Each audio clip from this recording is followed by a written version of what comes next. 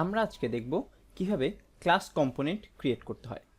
Previously আমরা যে কম্পোনেন্টগুলো দেখলাম সেখানে কিন্তু আমরা ফাংশনাল কম্পোনেন্ট ইউজ করেছি। বর্তমানে ক্লাস কম্পোনেন্ট খুব বেশি ইউজ না হলেও আপনারা যখন কোথাও কাজ করতে যাবেন অনেক জায়গায় আপনি দেখবেন যে এখনও তারা ক্লাস কম্পোনেন্ট ইউজ করছে। সেখানে কাজ করতে গেলে যাতে বুঝতে পারেন যে কিভাবে আসলে ক্লাস কম্পোনেন্ট কাজ করছে, আপনাদের কিন্তু জানতে হবে যে ক্লাস কম্পোনেন্টটা কী এবং কীভাবে কাজ করে। তো এর জন্য আমি এখানে আপনাদের যেই ফাংশনাল কম্পোনেন্টটা আছে এইটাকেই ক্লাস কম্পোনেন্টে কনভার্ট করব। তো এর জন্য আমি এখানে কম্পোনেন্টসের ভিতরে নতুন ফাইল নিচ্ছি এবং এর নাম দিচ্ছি টাইম ক্লাস ডট জেএস। এবং এর ভেতরে আমরা যেভাবে ক্লাস ডিফাইন করি জাভাস্ক্রিপ্টে সেভাবেই ক্লাস লিখব, যে ক্লাস দেন ক্লাসের নাম দিচ্ছি টাইম ক্লাস।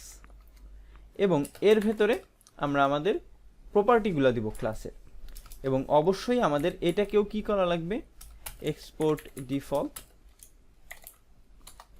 Time class. ঠিক আছে, এখন আমাদের কাজ হবে এর ভেতরে মেথড ডিফাইন করা। এখন কি মেথড দিতে পারি, আমি দিলাম ভিউ, এবং এই ভিউয়ের ভেতরে আমি জাস্ট কাজটা করব হলো রিটার্ন করে দেওয়ার, যে রিটার্নটা হচ্ছে আমাদের জেএসএক্স। আমরা এই ডিফটাই কপি করে নিই, যদিও এখানে অনেক কিছু আমরা ইউজ করব না আপাতত। তো এই উপরের 3টা পি ট্যাগ আমি কেটে দিলাম, এবং আমি যেটা করব আমার ইন্ডেক্স ফাইলে চলে যাব, এবং এইখানে একটা জিনিস মাথায় রাখেন, আমরা কিন্তু ক্লাসকে কখনো কল দিতে পারি না। আমাদের ক্লাসকে কল দিতে হলে তার কি করতে হবে, একটা অবজেক্ট ক্রিয়েট করতে হবে। তো শুরুতে আমরা যেটা করব, ইম্পোর্ট করে নিব আমরা এটাকে, ইম্পোর্ট টাইম ক্লাস, এবং ফ্রম ফ্রম হচ্ছে হলো কম্পোনেন্টসের ভিতরে টাইম ক্লাস। এবং এইখানে আমরা যেটা করব, একটা লেট ভ্যার নিচ্ছি যেটার নাম দিলাম অবজেক্ট, এবং এর ভেতরে আমরা নিউ টাইম ক্লাস নিয়ে নিচ্ছি।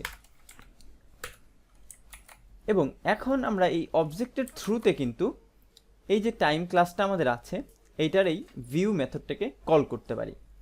তো এর জন্য আমি দেখেন এই ভিতরে টাইম যেটা লেখা ছিল আমাদের ফাংশনালের, এটা কেটে দিচ্ছি, এবং এখানে আমি লিখছি অবজেক্ট ডট, দেন আমরা যেটা কল করব ফাংশন সেটা ছিল ভিউ, ফাংশন না মেথড, সেটা ভিউ। এবং এখন যদি আমি আমার ব্রাউজারে যাই এবং এটা যদি রিফ্রেশ দেই, দেখেন আমরা যেই ঘড়িটা লিখেছি, ঘড়ি মানে টাইমটা, এবং হ্যালো ওয়ার্ল্ড, এটা কিন্তু প্রিন্ট হয়ে গিয়েছে।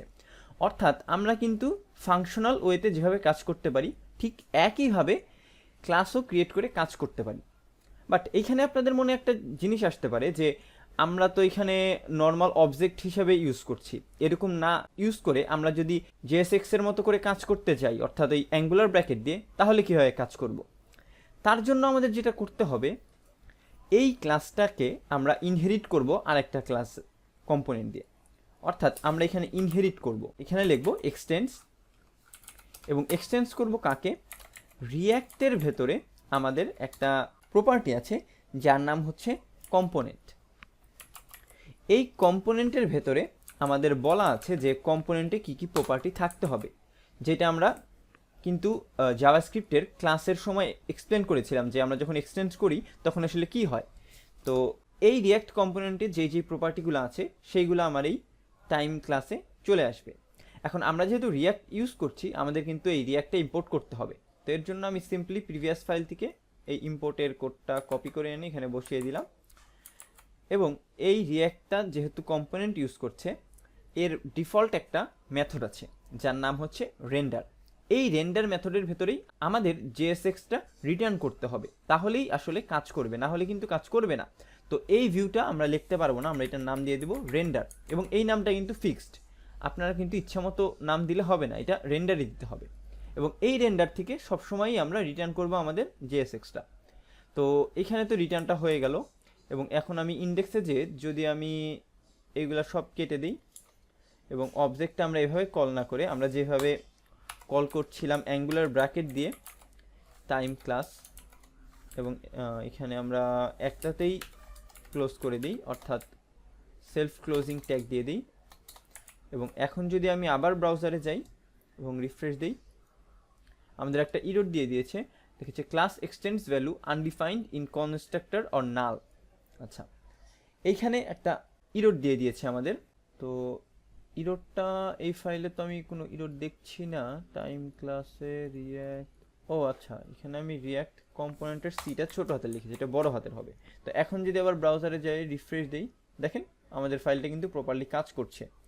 তো এইখানে আমাদের যখন আমরা রিয়্যাক্টটাকে এক্সটেন্ড করব রিয়্যাক্ট কম্পোনেন্টে, তখন আমাদের কিছু রুলস মাথায় রাখতে হবে। তার ভিতরে একটা হচ্ছে এই রেন্ডার মেথডটা ইউজ করা। এই রেন্ডার মেথডেই আমরা যদি রিটার্ন করি JSX, তখন কিন্তু এটা কাজ করবে। এই রেন্ডার বাদে অন্য কিছু কখনোই আমরা ইউজ করব না এখানে। তো আশা করি বুঝতে পেরেছেন যে ক্লাস কম্পোনেন্ট কিভাবে কাজ করে। পরবর্তী ভিডিওগুলোতে আমরা ক্লাস কম্পোনেন্টে প্রপস কিভাবে পাঠাবো, অর্থাৎ বাইরে থেকে ভ্যালু কিভাবে পাঠাবো সেটা দেখব। আজকের ভিডিও এই পর্যন্তই। সবাইকে ধন্যবাদ।